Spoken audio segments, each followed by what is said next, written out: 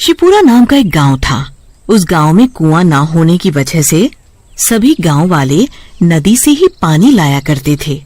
एक दिन गांव की एक औरत निर्मला नदी के किनारे बैठकर कपड़े धो रही थी। तभी उसे नदी से डरावनी आवाज सुनाई दी। कौन है यहाँ जो मुझे डरा रहा है? अरे कौन है बाबा जी, ਤੁਹਾਡੀ शादी को नहीं हुई? होनी भी कोई नहीं। क्यों? निके होने चूरन चटते शादी वाली लकीर भी नाली चटी गई।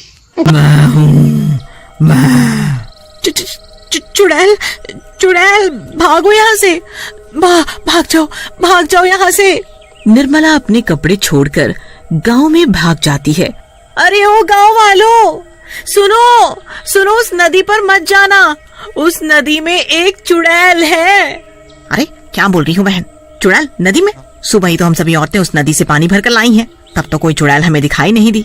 कहीं तुम नींद में तो नहीं हो? अरे तुम लोगों को मेरी बातों पर यकीन नहीं है ना, तो खुद ही जाकर देख लो। हाँ भाइयों, चलो तो जरा नदी पर, हाँ देखें कैसी चुड़ैल है। सभी गांव वाले नदी पर जाते हैं, पर वहाँ कोई चुड़ैल नहीं दिखती। अरे यहाँ तो कोई चुड़ैल मुड़ैल नहीं है, निर्मला को कोई वहम हुआ होगा। चलो भाइयों, अपना काम करें। हाँ? गांव वालों को नदी पर कोई चुड़ैल नहीं दिखती। फिर सभी लोग वहाँ से चले जाते हैं। अगले दिन सुबह सुबह सभी नदी पर आते हैं। कोई पानी भरने आता है, कोई कपड़े धो रहा होता है, तो कोई उसमें नहा रहा होता है। चुड़ैल नदी के अंदर थी, तो वो ये सब देख रही थी। ये सभी गांव वाले फिर नदी पर आ गए। ये ऐसे नहीं मानेंगे, इनका कुछ न कुछ तो करना पड़ेगा। तभी नदी पर गांव का एक आदमी सुखिया नहाने के लिए आता है। जैसे ही सुखिया नदी में नहाने के लिए अंदर घुसता है, नदी में अंदर बैठी चुड़ैल उसका पैर पकड़ लेती है। अरे मेरा पैर किसने पकड़ा है? कौन है भाई नदी के अंदर? बचाओ। चुड़ैल सुखिया का पैर पकड़कर नदी के अंदर खींच लेती है और फिर सुखिया को नदी के बाहर फेंक देती है। सुखिया बेहोश हो जाता है। गांव के कुछ लोग सुखिया को वहाँ पड़ा देखते हैं। सुखियो, ये तुम्हें क्या हुआ? अरे ये तो बेहोश है, इसे इसके घर ले चलो। जब ये होश में आएगा तब ये कुछ बताएगा ये बेहोश कैसे हुआ है। सभी गांव वाले उसे उठाकर उसके घर ले जाते हैं। जब सुखिया होश में आता है तो उसके साथ क्या हुआ सब बताता है। भाइयों, मैं सच बोल रहा हूँ, नदी में कोई तो था जिसने मुझे नदी में खींच लिया था। अरे ये क्या हो रहा है? पहले निर्मला और अब ये सुखिया, तुम दोनों का दिमाग तो नहीं खराब हो गया? तुम लोग मेरी बात पर यकीन क्यों नहीं करते? मैं सच बोल रहा हूँ। अरे भाइयों, देख नहीं रहे कितनी भयंकर गर्मी पड़ रही है। गर्मी की वजह से सुखिया बेहोश हो गया होगा और कुछ नहीं। हाँ, तुम सही बोल रहे हो। ये सुखिया तो कुछ भी बोले जा रहा है। फिर सभी गांव वाले वहाँ से चले जाते हैं। कोई भी सुखिया की बातों पर यकीन नहीं करता। फिर भी सभी लोग नदी पर जाते, वो भी वहीं कपड़े धोने लगती हैं। तभी उस चुड़ैल की भयानक आवाज आती है और सभी औरतें वहाँ से भाग जाती हैं। ये लोग नहीं मानेंगे, इनका कुछ तो करना होगा। हाँ। नदी पर जो कचरा पड़ा होता है, वो कचरा उठाकर आधी रात को चुड़ैल गांव वालों के घर पर फेंक आती है। अरे सत्यानाश हो उसका, जिसने मेरे घर पर ये कूड़ा फेंका। अरे कोई है? मेरे घर पे कूड़ा किसने फेंक दिया? देखो जी, किसी ने हमारे घर पर इतना सारा कचरा फेंक दिया है, भला बताओ। ये सब देखकर पारो और मुरली गांव वालों से लड़ने लगते हैं।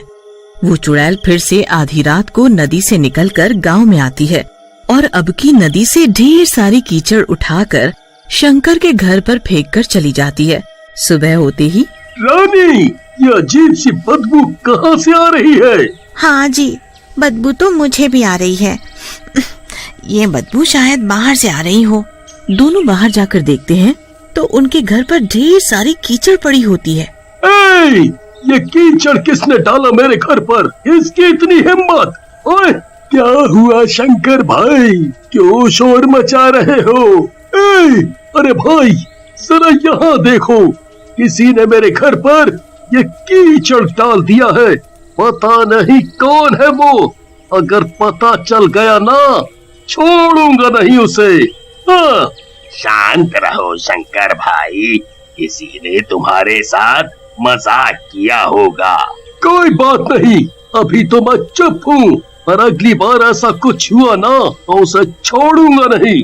हाँ। सभी गांव वाले वहाँ से चले जाते हैं। जब रात को सभी गांव वाले सो जाते हैं तो नदी वाली चुड़ैल फिर से गांव में आती है। जब वो चुड़ैल कूड़ा उठाकर लोगों के घरों पर फेंक रही होती है, तभी गांव का एक आदमी किशन लाल अपने घर की खिड़की से उस चुड़ैल को कूड़ा फेंकते हुए देख लेता है। हमारे गांव में चुड़ैल, पर ये चुड़ैल यहाँ क्या कर रही है? अच्छा, अब पता चला, ये चुड़ैल ही थी तो सभी के घरों पर कूड़ा कचरा डाल जाती है। सुबह होते ही ये बात गांव वालों को बतानी पड़ेगी। भूरा के घर पर चुड़ैल कूड़ा डाल कर गई तो वो भूरा सभी गांव वालों से लड़ रहा होता है। हद हो गई अब तो। ये रोज रोज कौन कूड़ा कचरा डाल जाता है? कभी किसी के घर तो कभी किसी के। आज उसने मेरे घर पर कूड़ा डाला। उसकी इतनी हिम्मत, एक बार हाथ लग जाए छोड़ूंगा नहीं उसे। हाँ। किशन लाल ने रात में चुड़ैल को देखा था, तभी वो वहाँ आ जाता है। रुको रुको रुको, तुम सभी लोग लड़ना बंद करो। तुम सभी के घरों पर कूड़ा अपने गांव में किसी ने भी नहीं डाला। ये क्या बोल रहे हो तुम? मेरे घर पर किसी ने भी कूड़ा नहीं फेंका तो किसने फेंका? जल्दी बताओ, जल्दी। हाँ, बताता हूँ। पहले तुम सब सरपंच जी के घर चलो, वही बताऊंगा सब। फिर सभी मिलकर सरपंच जी के घर जाते हैं। क्या बात है, तुम सभी लोग एक साथ यहाँ? सरपंच जी, बात ही कुछ ऐसी है कि सभी को यहाँ आना पड़ा। हाँ, बोलो ना। सरपंच जी, हमारे गांव में चुड़ैल है जो उस नदी के अंदर से आई थी। देखा, मैंने सच बोला था ना, उस नदी में चुड़ैल ही थी जिसे मैंने देखा था। इसका मतलब जब मैं नदी में नहाने गया था तो उसी चुड़ैल ने मेरे पैर पकड़े होंगे और मैं बेहोश हो गया था। हाँ, तुम सभी सही हो। उस नदी में एक चुड़ैल रहती है, मैंने खुद उसे देखा है गांव में। गांव में हमें तो कभी कोई चुड़ैल दिखाई नहीं दी। किशन लाल सभी गांव वालों को बताता है। आधी रात को जब मैं पानी पीने के लिए उठा तो मेरी नजर खिड़की के बाहर गई तो देखा एक चुड़ैल सभी के घरों पर कूड़ा फैला रही थी। और तो और गांव में भी चारों तरफ कूड़ा ही कूड़ा फैला दिया। जब वो कूड़ा फैला कर जाने लगी तो मैंने उसका पीछा किया और वो चुड़ैल नदी के अंदर चली गई। पर मेरी समझ में ये नहीं आ रहा कि वो चुड़ैल ऐसा क्यों कर रही है। अब नदी पर जाना खतरे से खाली नहीं है। सरपंच जी, अगर हम लोग नदी पर नहीं जाएंगे तो पिएंगे क्या? और बाकी घर का सारा काम भी तो पानी से होता है, खाना बनाना, नहाना, कपड़े सभी। हाँ सरपंच जी, शंकर सही बोल रहा है। हमारे घर की औरतें नदी पर कैसे जाएंगी? और तो और पूरे गांव में एक भी कुआं नहीं है। अगर कुआं होता तो इतनी परेशानी नहीं होती। ये तो बहुत बड़ी समस्या है। मैं सोच रहा था कि किसी तांत्रिक बाबा को बुलाया जाए गांव में, वो ही कुछ कर सकते हैं। अब सभी गांव वाले सरपंच की बात मान लेते हैं और सरपंच जी एक तांत्रिक बाबा को बुलाकर सारी बात बताते हैं। अच्छा, इसलिए तुमने मुझे यहाँ बुलाया। तुम चिंता मत करो, हम सब ठीक कर देंगे। अगर चाहते हो कि वो चुड़ैल नदी छोड़कर भाग जाए, उसके लिए हमें गांव के बीचों बीच बैठकर हवन करना पड़ेगा। हवन की सारी तैयारियां हो जाती हैं। तांत्रिक बाबा हवन करने के लिए बैठ जाते हैं और सारे गांव वाले आसपास खड़े होकर देखते हैं। तांत्रिक बाबा मंत्र पढ़ते हैं और अपनी पोटली से भभूत निकालकर पूरे गांव में छिड़क देते हैं। सरपंच जी, वो चुड़ैल अब इस गांव में कभी नहीं आएगी। बाबा, गांव में चुड़ैल नहीं आएगी, पर नदी का क्या? हमारे गांव की सभी औरतें नदी से पानी लाती हैं। तभी चुड़ैल वहाँ आ जाती है। तुम लोग मेरा कुछ नहीं बिगाड़ सकते, मैं बहुत ताकतवर हूँ। इस तांत्रिक को तो मैं फूंक मारकर हवा में उड़ा सकती हूँ। तुम क्यों गांव वालों को परेशान कर रही हो? वो लोग नदी पर जाते हैं पानी भरने, तो तुम उन्हें डरा कर भगा देती हो या फिर उनके घरों पर कूड़ा कचरा डाल देती हो। क्या कूड़ा कचरा मैं करती हूँ? जरा चलो तुम सब नदी पर मेरे साथ। चुड़ैल सभी गांव वालों को अपने साथ नदी पर ले जाती है। देखो, जरा इस नदी को तुम सब देखो। तुम लोगों ने इस नदी की क्या हालत कर दी है। मैं तो आराम से नदी के अंदर सो रही थी, पर तुम सभी गांव वालों ने इस नदी में इतना कचरा फैला दिया, जिसकी वजह से नदी का पानी दूषित हो गया और मुझे नदी के अंदर घुटन महसूस होने लगी, जिसकी वजह से मैं नदी के बाहर आ गई और तुम लोगों को यहाँ से भगा दिया। तुमने हमारी औरतों को पानी नहीं भरने दिया, हम लोग कहाँ जाएं अब पानी भरने? तुम लोग बहुत ही गंदे हो। अपना घर तो साफ रखते हो और सारी गंदगी नदी पर करते हो, तो कोई नहा रहा है उसमें, और तो और उसी में तुम लोग जानवरों को भी नहला रहे हो। फिर उसी पानी को तुम लोग पीने के लिए ले जाते हो। इतना गंदा पानी तुम सभी कैसे पी सकते हो?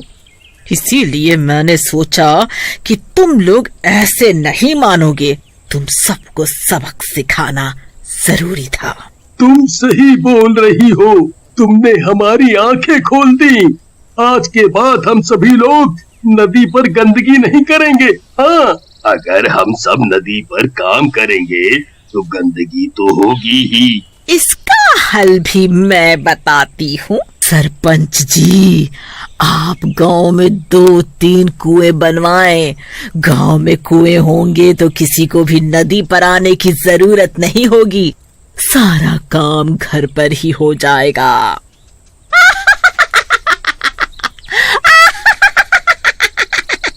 तुमने सही कहा, मैं कुएं जरूर बनवाऊंगा।